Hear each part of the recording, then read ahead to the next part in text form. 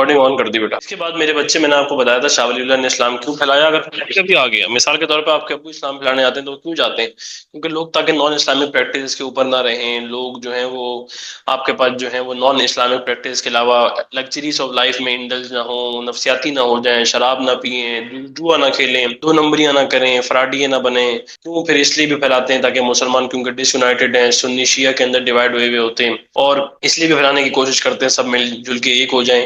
Last season ये होता है जब इस्लाम डेंजर में हो, जैसे मिसाल के तौर पे उस टाइम पे डेंजर में था, मराठास और सिख मुसलमानों को इस्लाम फ्रीली प्रैक्टिस करने नहीं दिया करते थे, तो अल्लाह भला करे इस्लामिक जो पॉलिसीज थी वो टेंशन में थी, क्योंकि अजान बीएड के ऊपर टैक्सेस वगैरह लग गया था। उसके बाद आप अगली बात, मैंने शाह वली की सक्सेस और फेलियर में आपको पढ़ाया था कि भाई शाह वली ने होली कुरान ट्रांसलेट किया था पर्शियन लैंग्वेज में, 51 बुक्स लिखी थी फिक्र और हदीस के ऊपर, सच अल जातुल अकफा हुज्जतुल बालिगा। For the better understanding of the Muslims he used to write his, मतलब राइटिंग अपनी पर्शियन लैंग्वेज में राइटिंग्स वगैरह किया करते थे। उसके बाद जो है वो आप अगली बात क्या बताएंगे? आप अगली बात समझाएंगे मेरी जान, आप अगली बात समझाएंगे जानू, आप बताएंगे कि भाई अल्लाह भला करे कि इन्होंने, आप बताएंगे कि इन्होंने एक कॉन्सेप्ट दिया था इंटीग्रेशन का, to unite Muslims. He created a society on the basis of अदल व्हिच मींस जस्टिस, और तवाजुन व्हिच मींस इक्वालिटी। इसके बाद इन्होंने मराठास को हराने के लिए अहमद शाह अब्दाली को बुलाया था, अफगानिस्तान से बुलाया था, to crush the power of Marathas. और थर्ड बैटल ऑफ पानीपत हुई थी 1761 में, जिसमें मराठास को डिफीट हो गई। इसके बाद मेरी जान, आप फेलियर में क्या लिखेंगे कि भाई अल्लाह भला करे, he was not able to translate the holy Quran into Urdu language which was done by his son. उस टाइम पे उर्दू लैंग्वेज मुसलमानों की मेजर लैंग्वेज थी, मगर ये होली कुरान ट्रांसलेट नहीं कर पाए थे। किस लैंग्वेज में? उर्दू लैंग्वेज में। सिखों के खिलाफ ये नहीं लड़ पाए थे, सिखों के खिलाफ ये होपलेस थे, सिखों के खिलाफ इनकी पावर होपलेस थी, और सिखों को ये डिफीट भी नहीं कर पाए थे। ये पंजाब और एनडब्ल्यूएफपी के अंदर नहीं जा पाए थे, ये बंगाल तक इनकी रिफॉर्म्स नहीं जा पाई थी। To evaluate, Shah Waliullah was the most important influence, was the most important leader in in reviving of Islam in the subcontinent, because Shah Waliullah was the one जिनकी वजह से बहुत सारे नॉन मुस्लिम ने इस्लाम को एक्सेप्ट किया, जिसकी वजह से लोगों को कुरानिक नॉलेज आई, जिसकी वजह से सब कॉन्टिनेंट के अंदर जो उनके नॉन मुस्लिम जो थे, ताकि वो इस्लाम से इंस्पायर हो जाए। इसके बाद मेरी जान, मैंने आपको सैयद अहमद शहीद बरेलवी पढ़ाया था। सैयद अहमद शहीद बरेलवी कहाँ पैदा हुए थे? सैयद अहमद शहीद बरेलवी राय बरेली में पैदा हुए थे। कहाँ पैदा हुए थे? राय बरेली में। राय बरेली में, क्योंकि इनके फादर जो थे वो बिल्कुल एकदम अल्लाह भला करे, ये सैयद अहमद शहीद बरेलवी थे, ये भी स्टूडेंट थे किसके? अल्लाह भला करे, ये भी स्टूडेंट थे शाह वलीउल्लाह भाईजान के। और इसके अलावा आपके पास जो है इनकी जो आइडियोलॉजी थी वो जिहाद के ऊपर बेस करती थी। जिहाद मूवमेंट क्या था? जिहाद मूवमेंट इन्होंने रंजीत सिंह के खिलाफ निकाला था, क्योंकि रंजीत सिंह एक सिख रूलर था जो मुसलमानों को इस्लाम फ्रीली प्रैक्टिस करने नहीं दिया करता था। उसने अजान वगैरह के ऊपर, बीएड वगैरह के ऊपर टैक्सेस वगैरह लगाए हुए थे, बैन वगैरह लगाए हुए थे। यहाँ तक सारी बातें होने के बाद अल्लाह भला करे, आप अगली बार बताएंगे कि भाई उसने, वो जिहाद मूवमेंट एंड हो गई थी, कब एंड हुई थी? जब वो मारे गए थे। सैयद अहमद शेख बरेलवी ने क्यों इस्लाम फैलाया? वही आंसर बनेगा। सैयद अहमद शेख बरेलवी की सक्सेस, इन्होंने जिहाद मूवमेंट निकाला था against Ranjit Singh. Ranjit Singh was a Sikh ruler who did not allow Muslims to practice Islam freely. First battle was fought at Okara in 1826, second at Hazro, the both won by the Muslim. इनके फॉलोअर्स को बोलते थे मुजाहिदीन। मुजाहिदीन ने एक एरिया कैप्चर किया था जिसका नाम था पेशावर। उसके बाद एक एरिया कैप्चर किया था बालाकोट। हाउएवर सैयद अहमद शेख बरेलवी इमाम बन चुके थे। इनके इमाम मतलब इनके फॉलोअर्स की क्वांटिटी 80,000 तक पहुंच गई थी। इनके फॉलोअर्स को मुजाहिदीन बोलते थे। इसके अलावा मुजाहिदीन were able to capture Peshawar. उन्होंने फिर आपके पास अल्लाह भला करे सारे एरियाज वगैरह को कैप्चर कर लिया था। मैंने आपको लास्ट क्लास में 14 नंबर का सैयद अहमद शेख बरेलवी के ऊपर 14 नंबर का फेलियर वाला भी कराया था, जिसमें lack of unity, lack of finance, के अलावा रंजीत सिंह को सपोर्ट था ब्रिटिश का, lack of leadership, he was not able to control the situation. Yar Mohammad ने इनको जहर देने की कोशिश की थी, अपनी ही आर्मी के लोग इनको स्पाई किया करते थे। इनकी आर्मी के अंदर कम्युनिकेशन गैप था, लोग डिफरेंट एरियाज के थे, डिफरेंट लैंग्वेजेस के थे। उसके बाद मैंने आपको बताया था, क्योंकि हजारा के लोग भी थे, पठान भी थे, पंजाबी भी थे। उसके अलावा मैंने आपको बताया था कि भाई लैक ऑफ रिसोर्सेज, इतनी बड़ी आर्मी है उसको पैसा चाहिए, पैसा नहीं था इनके पास, वेपन्स नहीं थे इनके पास, स्ट्रॉन्ग कनेक्शन नहीं थे, स्ट्रॉन्ग रूट नहीं थे, और एक कांस्टेंट अटैक करते जा रहे थे। तो लैक ऑफ लीडरशिप क्यों हुई? क्योंकि भाई इनके सपोर्ट किसी का गेन नहीं कर पाए, किसी पावरफुल लीडर को नहीं लेकर आ पाए, पैसा नहीं लेकर आ पाए, अवाम का सपोर्ट गेन नहीं कर पाए, लोग इनको एक्सट्रीमिस्ट ग्रुप समझते थे। लास्ट रंजीत सिंह सपोर्ट था किसका? ब्रिटिश का। रंजीत सिंह के पावरफुल वेपन थे उनके पास, उसके पास पैसा था, उसके पास स्पाइस थे, उसके पास ये था कि भाई जंग के मैदान में किस तरीके से लोगों को धोखा देना है, वो इनको नहीं पता था। शरीफ आदमी थे एकदम। इसके बाद मेरी जान, what was battle of Balakot? Battle of Balakot हुई थी, कब हुई थी? 1831 में हुई थी, जब महाराजा रंजीत सिंह भाईजान ने जो है वो अटैक कर दिया था मुजाहिदीन के ऊपर, सैयद अहमद शेख बरेलवी भाईजान के ऊपर। ये वॉर हुई थी, ये बैटल हुई थी, और इसमें जो है वो कौन जीत गए थे?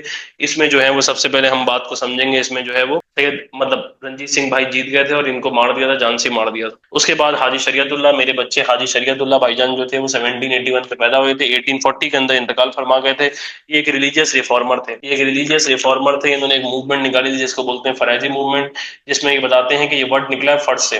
आप अपनी रिलीजियस ऑब्लिगेशंस को पूरा करो, आप अपनी रिलीजियस ड्यूटीज को पूरा करो, आप ताकि सही तरीके से रहो, आपके मामला सही तरीके से रहें, ताकि मुस्लिम कम्युनिटी स्ट्रांग हो जाए, मुस्लिम कम्युनिटी वीक ना हो। फिर फराइजी मूवमेंट क्या था मेरे बच्चे? फराइजी मूवमेंट ये था कि भाई इन्होंने हाजी शरीयतुल्लाह भाईजान जान ने एक मूवमेंट निकाली थी। बोलते हैं कि भाई अपने फर्ज पूरे कर लो, अपनी रिलीजियस ऑब्लिगेशन, अपनी रिलीजियस ड्यूटीज को पूरी कर लो, नमाज पढ़ लो, रोजा रख लो, जक़ात दे लो, हज कर लो, अपने मेन मामला पूरे कर लो, तुम्हारे हर मामला हटो बच्चे हो जाएंगे, तुम सब सुकून के अंदर आ जाओगे। अब हाजी शरीयतुल्लाह भाईजान की सक्सेस क्या थी? हाजी शरीयतुल्लाह भाईजान की सक्सेस ये थी कि सबसे पहले इन्होंने फराइजी मूवमेंट को कंटिन्यू किया, मतलब फराइजी मूवमेंट निकाली थी। फराइजी मूवमेंट में निकाला था कि वर्ड निकला किससे? फर्ज से। फर्ज का मतलब रिलीजियस ऑब्लिगेशंस को पूरा करना है, रिलीजियस ड्यूटीज को पूरा करना है, नमाजें पढ़नी है, रोजे रखने, ज़कात देनी है और हज करना है। उसके बाद इन्होंने जमींदार सिस्टम को अपोज किया था। जमींदार सिस्टम को अपोज मतलब जमींदार एक हिंदू लैंडलॉर्ड्स थे जो मुस्लिम फार्मर से टैक्स रिसीव किया करते थे। इन्होंने मना किया था कि ये टैक्सेस पे ना करो, ये टैक्सेस आपके खिलाफ हैं, ये आपके मामलात हैं, ये आपसे पैसा लूटी जा रहे हैं, पैसा खेल रहे हैं। इन्होंने मुसलमानों को यूनाइट करने की कोशिश की थी, क्योंकि मुसलमान ग्रुप्स वगैरह में डिवाइडेड थे, सब ग्रुप्स वगैरह में डिवाइडेड थे। ये चाहते थे कि मुसलमान मिलजुल के काम करें, शिया सुन्नी वगैरह को छोड़ दें, ग्रुप्स वगैरह को छोड़ दें, लैंग्वेज वगैरह में डिवाइड ना हो आपस में। मोहसिनुद्दीन दादू मियां बेटे थे किसके? मोहसिनुद्दीन दादू मियां, एक ही बात है, मोहसिनुद्दीन दादू मियां बेटे थे हाजी शरीयतुल्लाह भाईजान के। हाजी शरीयतुल्लाह भाईजान के बेटे थे। इन्होंने फराइजी मूवमेंट को कंटिन्यू किया था, इन्होंने भी जमींदार को अपोज किया था, इन्होंने यूनाइट किया था किसको? मुसलमानों को। इसके बाद इनको ब्रिटिश ने इनके खिलाफ लगाया था, क्योंकि जाहिर सी बात है जमींदार सिस्टम को अपोज करते थे, तो इनको ब्रिटिश उठा के ले गई थी और जेल में ही इनका इंतकाल हो गया था। जो काम इनके अब्बा के थे वही काम इनके होंगे, वही पैराग्राफ इनके बनेंगे। पूरी फाइल मैंने सेक्शन 1 की ग्रुप पे भेजी हुई, जहां से आप काम को छापेंगे।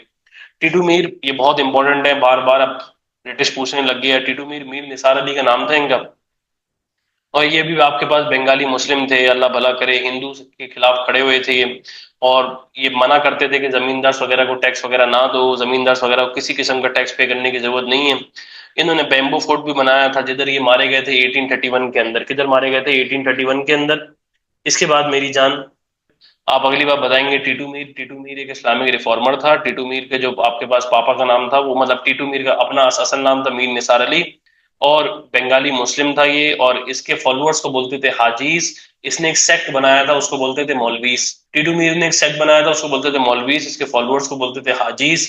ये इसने मना कर दिया था कि जमींदार वगैरह को टैक्स वगैरह ना पे करो, किसी तरीके का टैक्स वगैरह देने की जरूरत नहीं है, क्योंकि बीएड वगैरह पे टैक्स लग गया था, बाकी मामला खराब हो गए थे, चीजें खराब होती जा रही थी।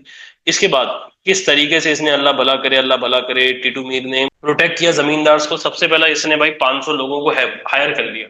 वो 500 लोगों का काम क्या था? वो जमींदार जो लॉर्ड कॉर्नवालिस ने लगाए थे उनको हैरेस किया करते थे, उनको तंग किया करते थे। आ रहे जा रहे हैं टक करके गुत्ती पे चमाट लगा दिया, कहीं जा रहे हैं फिर मुंह पे चमाट मार दिया, कहीं जा रहे हैं फिर पकड़ के लेके चले गए, कहीं जा रहे हैं पकड़ के मार कूट दिया। इसके बाद अल्लाह भला करे, मुसलमानों के अंदर अवेयरनेस क्रिएट की थी कि भाई आपके खिलाफ है, कोई जरूरत नहीं है टैक्स वगैरह इनको पे करने की, कोई जरूरत नहीं है इनको टैक्स वगैरह देने की, कोई मामला इनके लिए जरूरी नहीं है। आप आपस में यूनाइट हो जाओ, आपस में एक हो जाओ, ताकि आपको किसी तरीके का टैक्स पे करना ना पड़े। और ये जो टैक्स आप पे कर रहे हो ये गलत है, ये ज्यादती है। मुसलमानों को बोला था टैक्स पे करने की जरूरत है ही नहीं। इसके बाद मेरी जान, इन्होंने एक बैम्बू फोर्ट बनाया था नरकल बरिया पे। बैम्बू फोर्ट का मतलब क्या होता है? बम्बुओं का फोर्ट बनाया था, जिधर से एक जंगल के अंदर नरकल बरिया में, जिधर प्लानिंग हुआ करती थी ब्रिटिशर्स के खिलाफ, जिधर प्लानिंग होती थी जमींदार से खिलाफ, जिसको हेड करता था खुद टीटू मीर। वहां पे क्या हुआ था? ब्रिटिश अपनी कैनन्स लेके पहुंच गई थी, ब्रिटिश ने अपने कैनन तोपे चलाई थी, तो ये पूरे नरकल बरिया के अंदर बैम्बू फोर्ट को उड़ा के रख दिया था, जो टुकड़ों के अंदर आधा कर दिया था किसको? टीटू मीर भाईजान को। इसके बाद अल्लाह भला करे, आप अगली बात बताएंगे। आपको मैंने यहाँ तक सारी बातें समझा दी। इसके बाद फेलियर मैंने आपको पढ़ा दी। इवेल्युएशन में आप बताएंगे, to evaluate Titu Mir was the one who tried his best to protect the rights of the Muslim farmers. He fought against zamindars, he fought against Britishers, he fought till his last सांस को क्या बोलेंगे, सांस आखिरी मामला तक ये लड़ा। डरा नहीं, घबराया नहीं, परेशान नहीं हुआ, अपनी जान देने से डरा नहीं, किसी किस्म का कोई परेशानी फेस नहीं की, ये लड़ने के लिए रेडी था, मरने के लिए रेडी था। इसके बाद अल्लाह भला करे, और आपके पास सारे मामला था। अब आपका जो है वो ये आपका अब एक मामला जो है जिसमें मैं आपको ये सवाल करवा रहा हूँ, ये सवाल मैं आपको आपके रजिस्टर के अंदर करवा रहा हूँ। आज मैं आपको कौन कौन से सवालात करवाए मैं आपको लिख रहा हूँ, क्योंकि ये आपका जो है वो सवालात बनेंगे। मैंने आपको कौन कौन से सवालात कराए वो सवालात आप देखेंगे। सबसे पहले मैंने आपको सवाल करवाया, who was Haji Shariatullah, 4 number. What was Faraizi movement, 4 marks. Success of Haji Shariatullah, Mohsinuddin Dadu Miyan. Dadu Miyan की सक्सेस, मोहसिनुद्दीन दादू मियां की success. 3 success of Dadu Miyan, 3 success of Dadu Miyan के अलावा अगली बात टिटुमिर और how he protected the rights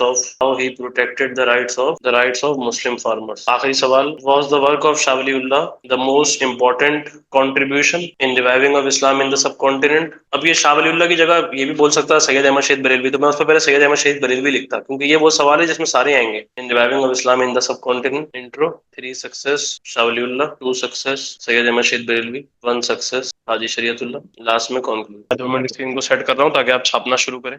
मैंने आपको ये सारे क्वेश्चन कराए हैं, उसके बाद मैं आपको ये समझा के अगले क्वेश्चन उस पे जा रहा हूँ। टिटू मील लिखा तो है नाफे साहब, बहुत शौक है आपको आगे भागने का। चलिए भाई नेक्स्ट चैप्टर स्टार्ट कर रहा हूँ, वॉर ऑफ इंडिपेंडेंस। इससे पहले एक चैप्टर मतलब एक क्वेश्चन जो है वो करना सिखा रहा हूँ।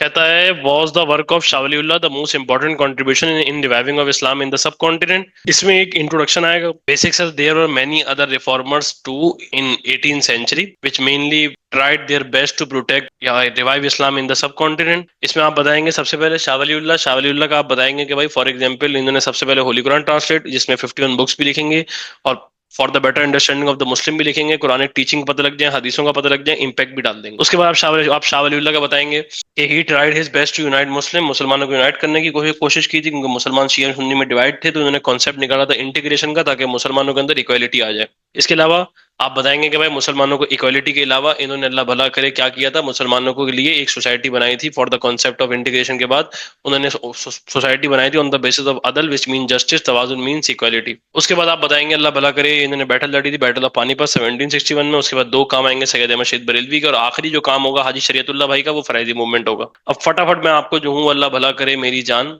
मैं आपको जो है वो एक छोटा सा काम ये कर रहा हूँ कि अल्लाह भला करे वॉर ऑफ इंडिपेंडेंस स्टार्ट कर रहा हूँ। आज मैं वॉर ऑफ इंडिपेंडेंस के कॉजेस पढ़ा रहा हूँ। वॉर ऑफ इंडिपेंडेंस के कॉजेस पढ़ाने के बाद जो है वो इंशाअल्लाह ताला हम आगे चले जाएंगे, मैं आपको एक एक करके समझाऊंगा।